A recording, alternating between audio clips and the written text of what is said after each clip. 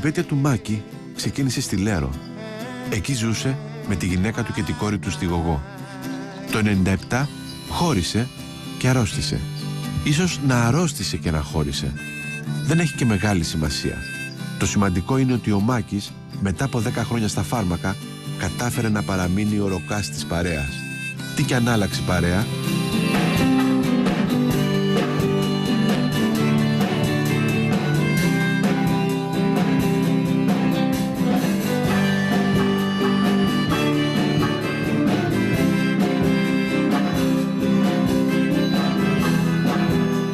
Πάντα παίζει μουσική. Ναι, μου άρεσε από μικρός.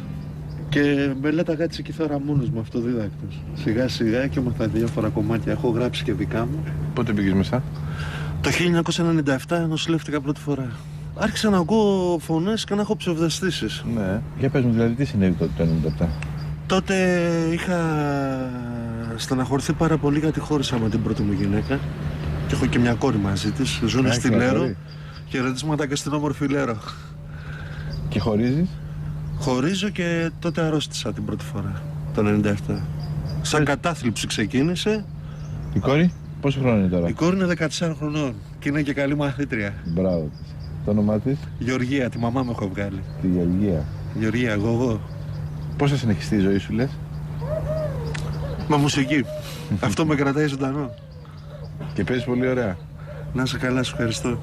Στη Λέρο πηγαίνεις? Έχω καιρό να πάω στη Λέρο. Δεν το αποφασίζω.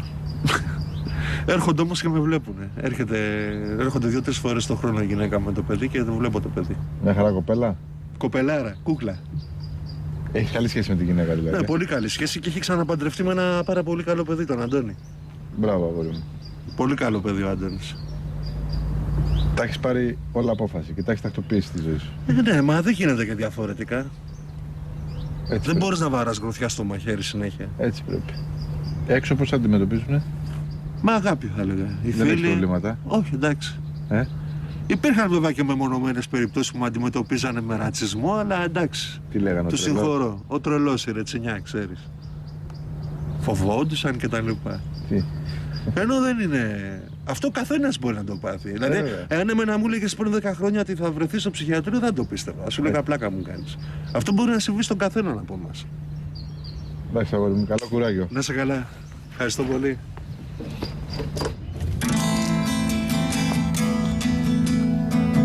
Όταν κάνεις δεν σου χτυπά, όταν κάνεις δεν σ' απαντά, τα μην τρομάζει.